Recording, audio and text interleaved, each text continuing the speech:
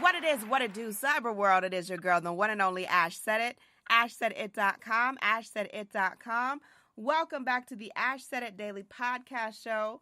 I appreciate you guys for your love, your support, your downloads. 500,000 streams worldwide and growing. Thank you so very much. Today I'm super excited. I got one of my West Coast sisters on the line with me, the beautifully talented Tyree Elaine. Tyree. Hello. How you doing today, Mama? I'm great. How are you? I'm doing pretty awesome. All right, Tyree, so let our audience know, where are you from? I am originally born and raised right here where I am in Los Angeles, California. Okay, cool. And, never moved away. Well, not yet. So you're like you're a native. You're a native of the land. Yes. Gotcha. Yeah, I'm one of those strange people that were actually born here and raised here. Wow. What do you think is a little known fact about the area? That people actually do have kids and live and don't do entertainment in LA. That there are regular people out here who, you know what I mean, don't want anything to do with that life.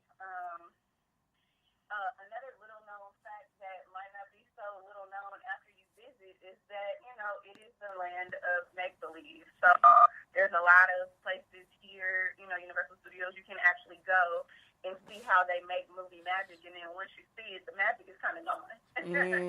Gotcha. It's kind of cool to, see how stuff is made, films and stuff.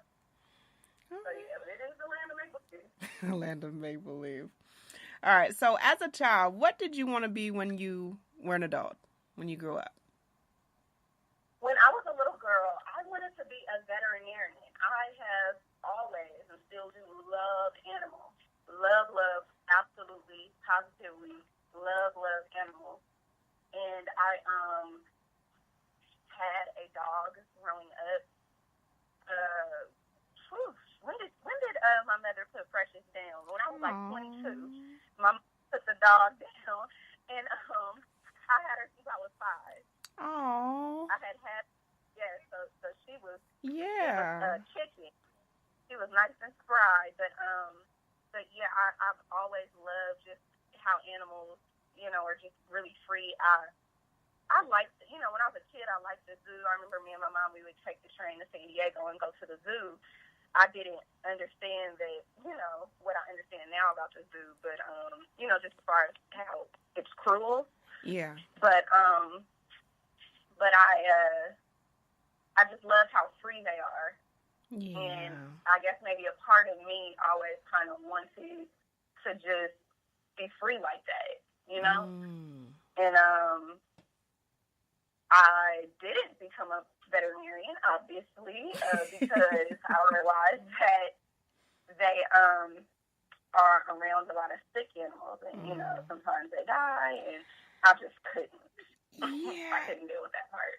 So ironically, that's what I wanted to do. What was the catalyst that kind of pushed you to chase comedy? When I was about 20, I started comedy when I was 21.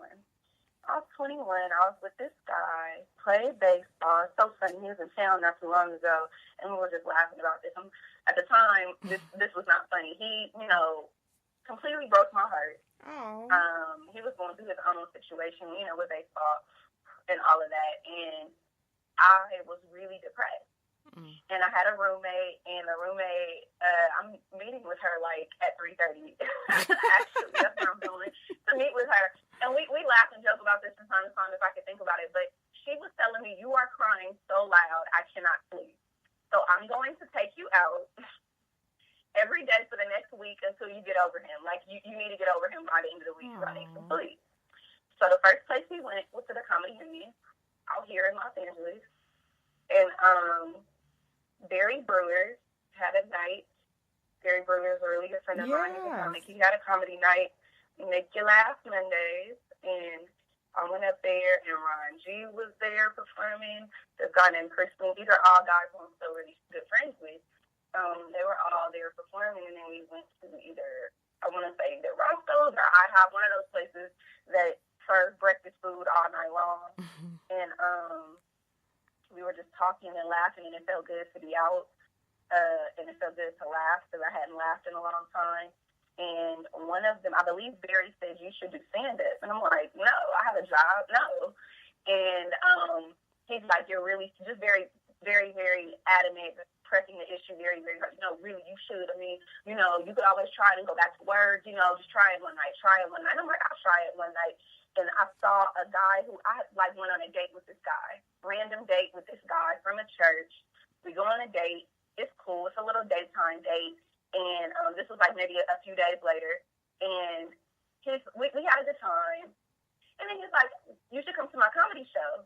I was like, oh, you do comedy? Yeah, I do comedy. So I go to, he's at the Comedy Union. I go with him to the Comedy Union. He performs 3 minutes. It's okay. And I was like, so how long have you been doing comedy? He said, that was my first time. I said, oh, I can do this. If that was your first time, I can do this. That's how I learned. How some people learn, from seeing somebody else do it. That is exactly what made me go, oh, I can do this. So I'm going to do it once and see if I like it. And I did it once and I loved it. That is hysterical. So it's a one-time thing. Wow. Wow. So after that, what would you say was your biggest obstacle? What was the hardest thing for you to really latch on to? For stand-up? Mm-hmm. Let me see. Everything but the getting on stage telling jokes first. So the preparation. Everything but that. Everything outside of the business part. There's no real way, or there's a lot of ways to do this. A lot of different ways to be in this business and be successful. I'll say it like that. I'm trying this new thing where I am speaking positively. So instead of me saying, there's no way to do this. There's no, way nobody can teach you how to. I'll say this. It's a bunch of different ways to do this. And sometimes it's very difficult to choose a way when, you're not sure it's a way. It's one of the ways that can work, Gotcha. Like a bunch of different wires that lead to power, but there's also a bunch of different wires that don't. So, you want some power, you want some light, and you just don't know which one to pick. So, one of those obstacles was just confusion, not knowing how to do this. I've been in school, work, they tell you what to do, they tell you how to do it. I was used to that. Like, I was used to somebody is going to come tell me how to do comedy, like the business part.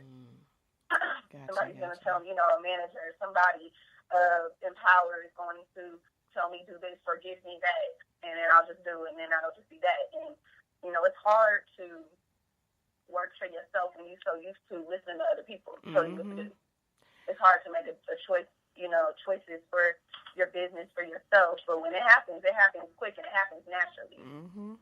So there's no real, you automatically know, and even if you don't know if this is the right thing to do, you know that you need to make a decision and you have to trust yourself to make it. And I'm just now learning that. That has been a 10-year obstacle. I've been doing it it'll be 10 years exactly in August.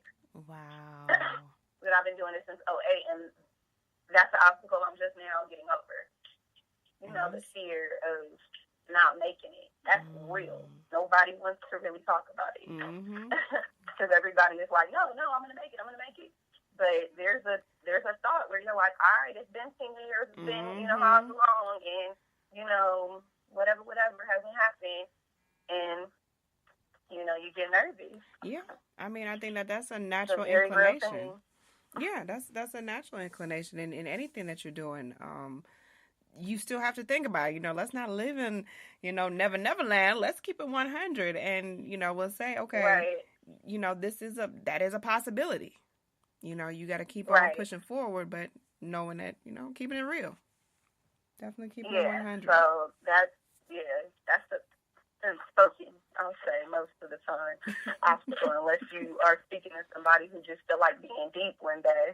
I know we always talk about making it, but what is, you know what I'm saying? All right, you guys, so we're going to take a brief Sure. break. Did you know that some foods can cause weight gain, body aches, and extreme fatigue? These are just some of the symptoms of food intolerance. Well, what is food intolerance? Food intolerance can occur when the body cannot properly digest certain foods. This can result in acid reflux, migraines, and so many other painful issues. How do you find out what foods are causing this irritation? It's easy. Pinner Test. With 500,000 satisfied clients worldwide, Pinner Test is the #1 way of identifying foods that may be causing discomfort. This simple at-home kit is easy to use with results usually within 2 weeks via email. It's that simple, all right?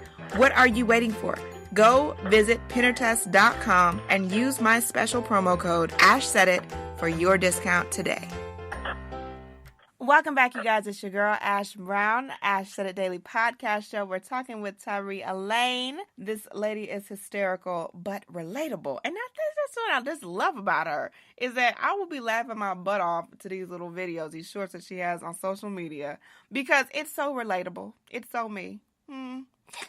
I think a little bit of everybody can relate to some of that stuff, Tyree.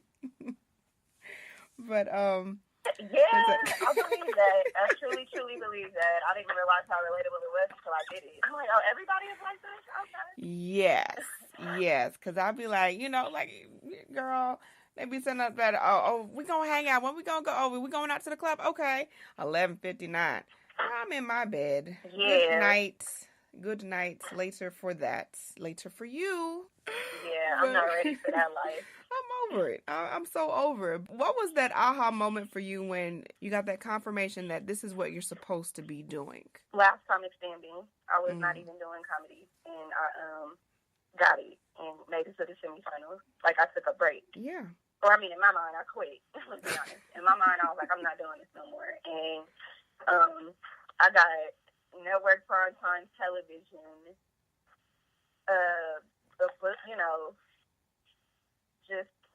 just to be on that level without any practice. Like, I remember when they called me and said, yeah, we loved you. And I'm like, you did? Because at the audition, they was not with it. They was like, great, all right, thank you for your time. And, I'm like, well, it's been a while, so maybe they wasn't feeling it because I'm a little rusty. But, yeah, we loved your set. And so at the time, I was working for an elementary school, and that's all I was doing, and that's what I was in school to do, and that is what I thought I was supposed to be doing. It's a respectable job, yada, yada, yada. And, I was sitting in class one night, and I thought to myself, I don't even like kids. What am I doing? And I'm like 3 classes shy of my degree. Like, wow. It's scary when you're doing something that you think you're supposed to be doing. Yeah. And then you realize, I can't do this. I don't care what nobody, I can't do this. And I just, and I went to work the next day. I was on my way to work, and I thought I was having a heart attack on Laurel Canyon, where you cannot pull over. And I called 911, and they stayed on the phone with me. I couldn't take deep breaths, so I thought like my heart was, something was tripping with my heart. So I was having an anxiety attack. Basically, I was working this job, and I was having a hard time sleeping. And I didn't know whether to attribute it to attribute this little fake heart attack thing or whatever to like my eating habits or what. I didn't know what it was, but I knew for sure that I hadn't gotten much sleep, because what I was doing was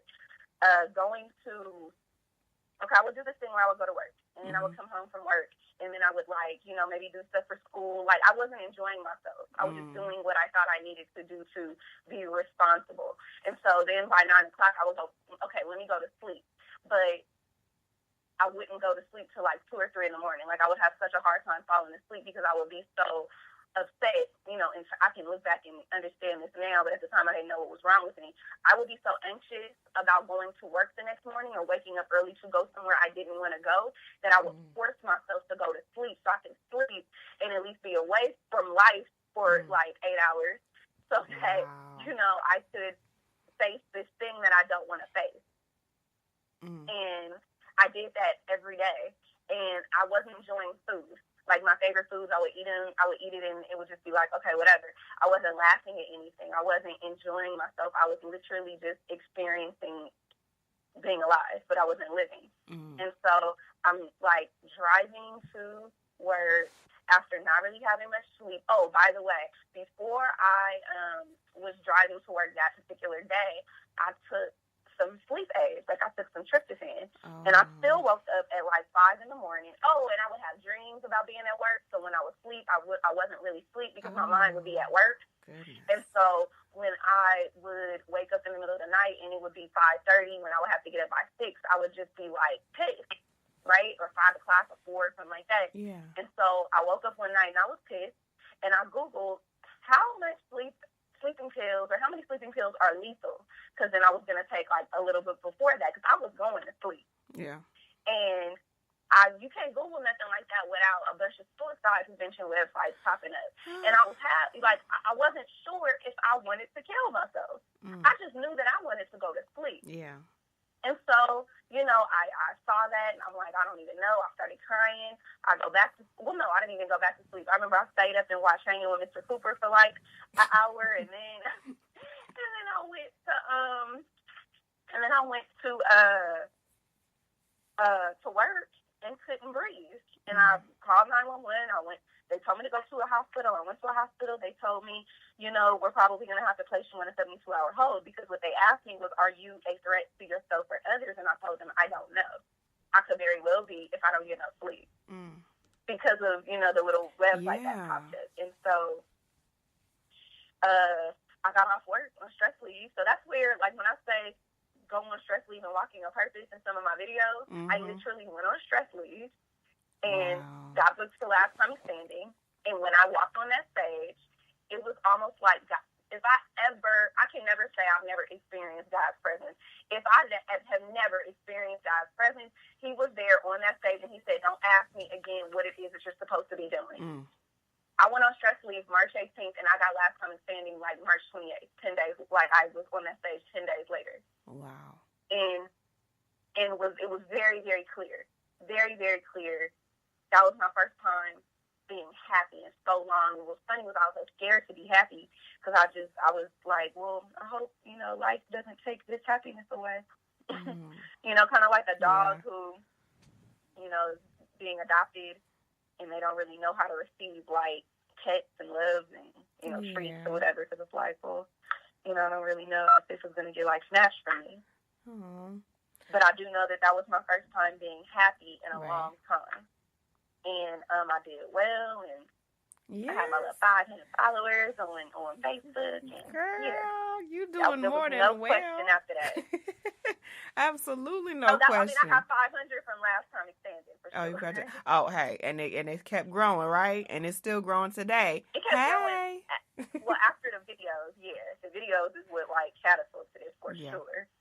Yeah. But that's what made me, like, get a little website and, get my fan page and, figure out a brand and, all that other stuff. So, yeah, we're definitely. I know it's like a long story, but I'll try to be as, like, vivid as possible, because I noticed that when I tell people, like, exactly what happened, they're like, oh my gosh, I'm not working, I'm this and I'm that, and I don't know what I love. And you'll know when you get tired and sick enough, you will, because I didn't know either. It's like, wow, you never know someone's story. And that's what I love doing this podcast show, is because you never know.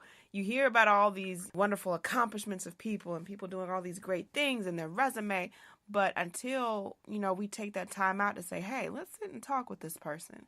Let's see what their real story is and where they come from.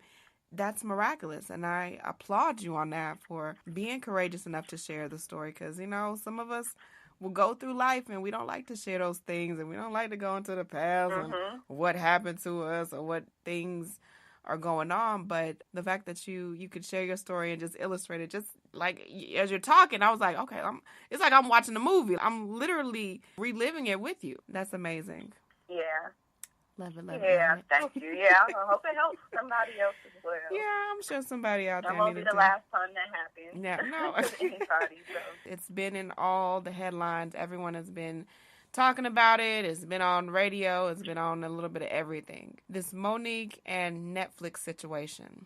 What are your thoughts about it? You know what, I feel like I actually just saw that supposedly it was her husband, because when you look at something like that, it's like you negotiate for more money, and you yourself obviously don't negotiate. Right. Your representation does, and I believe her husband is her representation. I've never known, I mean, and like maybe this will be something for me to Google, but I can't quite think of anybody who is a woman in entertainment and their spouse manages them in their work. I don't know if maybe, I mean, I'll Google it just because I don't want to sound too ignorant. You know, I'm ignorant on the subject, but as I'm thinking, I'm like, you know, maybe that has something to do with it, simply because of some video I just saw where it's like, oh, it's the husband that is making her do these things, and it's the husband that didn't negotiate it properly, and da-da-da-da-da.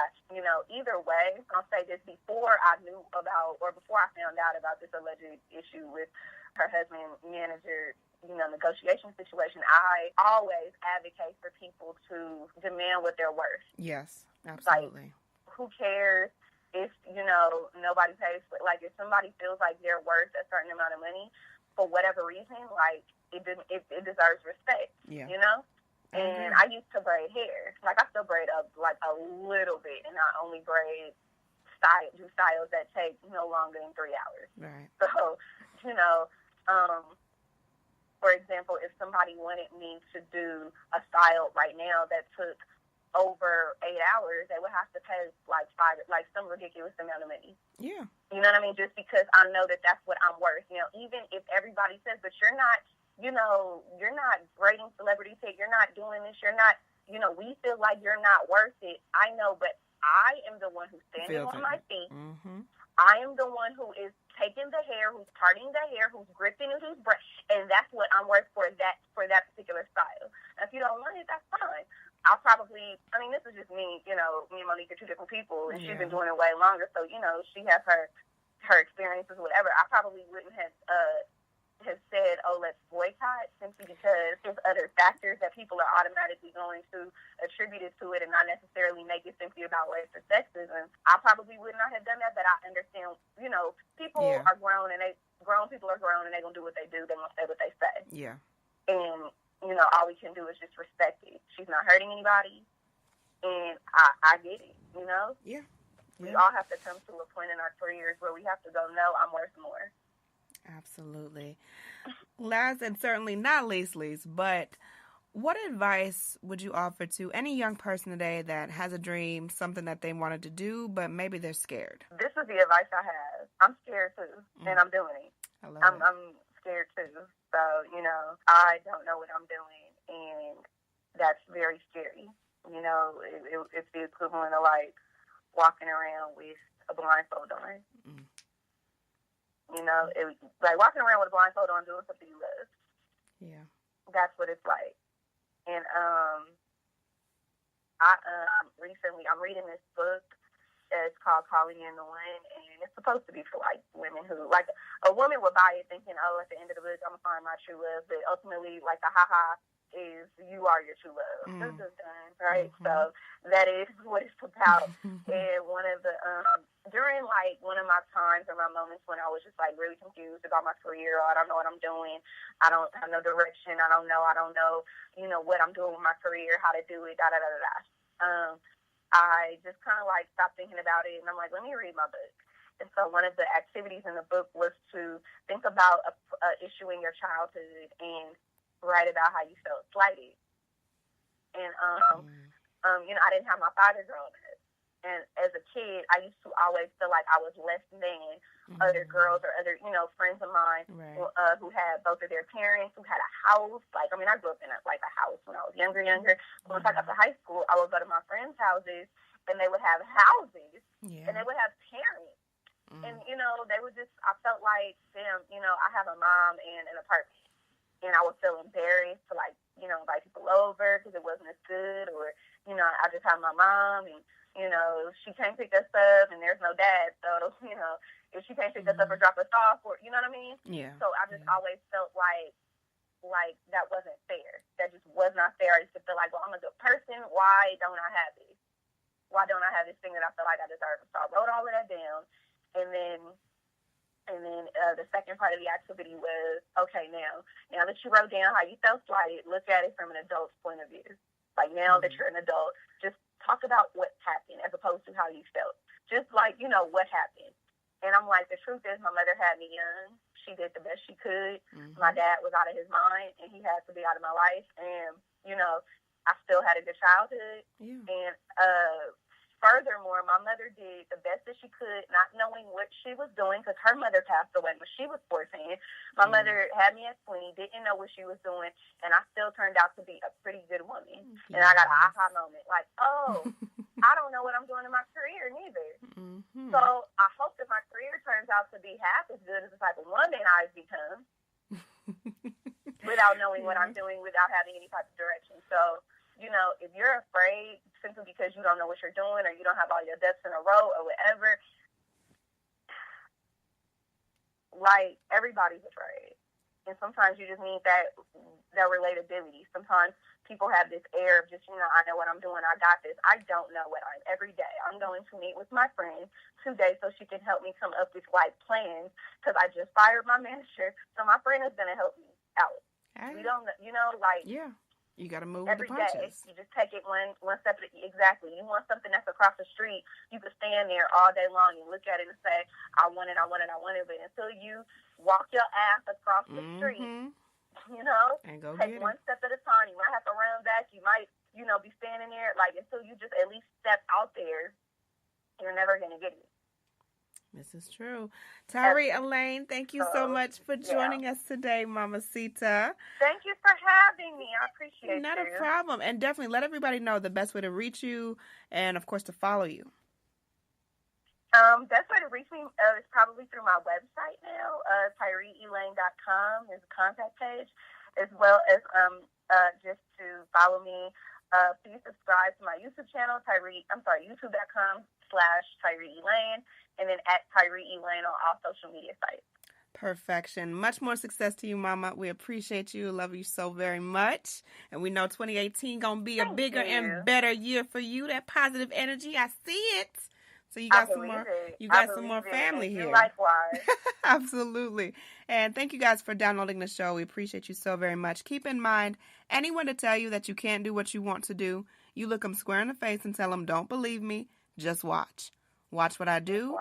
Watch me make it happen. Watch me make history, baby. All right? Because that's what we're doing this for. We're doing this for the history books. Social media is nice, but real life is so much better. Until next time, you guys.